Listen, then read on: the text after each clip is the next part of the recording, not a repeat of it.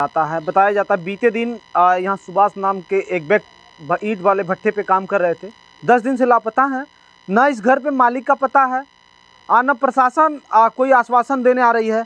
हमारे साथ विजय यादव जी, आरएलडी के नेता, क्रांतिकारी नेता कहे जाने वाले हैं विजय यादव जी, आज इस परिवार को सांत्वना देने पहुँचे हुए हैं। नेताजी बहुत बहुत स्वागत है। इस परिवार को आपने सांत्वना देने आप पहुँचे हुए हैं, क्या बताइएगा? पहले पार्टनर, मैं आपके चैनल को बधाई दूंगा और सांत्वना देने नहीं आया हूँ। ये हमारी तीसरी पुश्त की रिश्तेदारी है। कोटेदार साहब खड़े हैं, पूछ लीजिए। हमारे बाबा थे, उनकी फूआ थी और भाई साहब के लड़के की शादी मनो बता दिया। नया भी रिश्तेदारी हो गई, पुरानी भी रिश्तेदारी है। जब मैं उन बच्चों की तरह था तो यहाँ आते थे, एक हफ्ता 10 दिन रह जाते थे। तो हम यहाँ राजनीति करने नहीं आए, सांत्वना देने नहीं आए, हमारी रिश्तेदारी में आए हैं और कहने आए हैं कि सुभाष यादव भगवान की कृपा से अपने घर आ जाएं।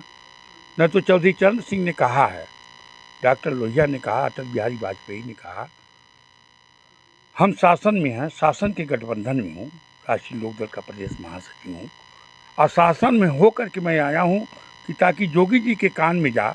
महाराज जी ये कहते हैं, जो कि बड़े महाराज दिग्विजय नाथ जी सांसद रहे, अमृतनाथ जी सांसद रहे हैं, जो कि हमारे समाज के लोगों ने उनको बहुत मदद किया है।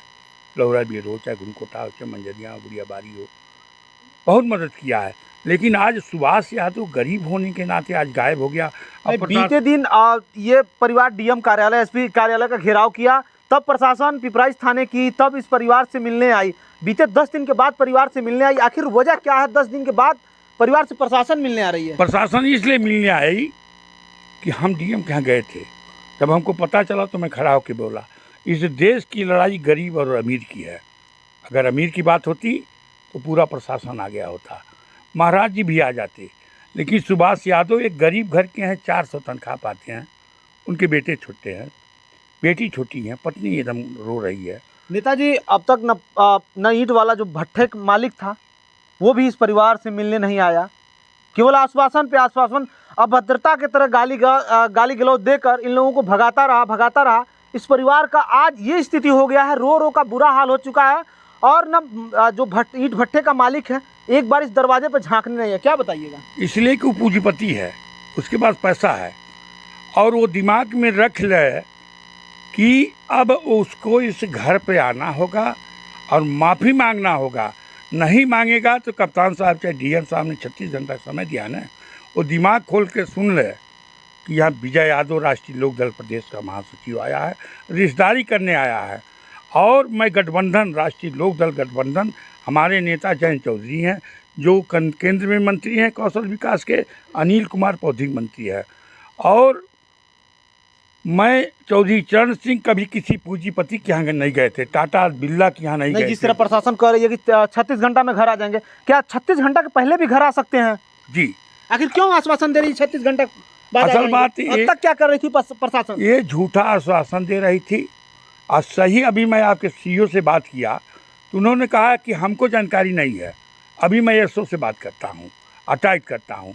तो कहने का मतलब, अगर सीईओ साहब ने कहा मैं टाइट करूँगा और 36 घंटा बीतने तो तब तो सर, जब सीईओ को नहीं पता है तो एसओ को भी नहीं पता होगा इस मामले में। मैंने कहा ना कि पूंजीपति की दशा वो होगी माधवानी की, को जान लेगा कि गोरखपुर के जिले के अहिर कैसे होते हैं, यादव कैसे होता है। जब देखिए हमारे एक रिश्तेदार और आ गए, और जब यहाँ उत्तर पूर्वांचल के और दक्षिण के यादव जब जुटने लगेंगे तो रुद्रपुर वाला कांड होगा, याद आएगा। आप कह रहे हैं कि भाजपा का गठबंधन में हम हैं, ये राम राज है। हाँ। राम राज में दिन में ही लोग गायब हो जा रहे हैं। हाँ। ये राम राज है। तो योगी जी तो कहते हैं कि कोई यहाँ गुंडा नहीं है, बदमाश नहीं है, कोई लड़की। योगी जी कहते हैं कि गुंडा मिट्टी में मिल गए हैं ना, तो जो गुंडा है जेल में है। ये राम राज में लोग पूरे 400 रुपए का दिहाड़ी करने वाला व्यक्ति गायब हो जा रहा है। तो मैं तो जो महाराज जी से कहना चाहता हूँ कि माधवानी गुंडा कहाँ से पैदा हो गया, भट्टा वाला, और सुभाष यादव को गायब करवा दिया। आज तक उनके घर क्यों नहीं आए?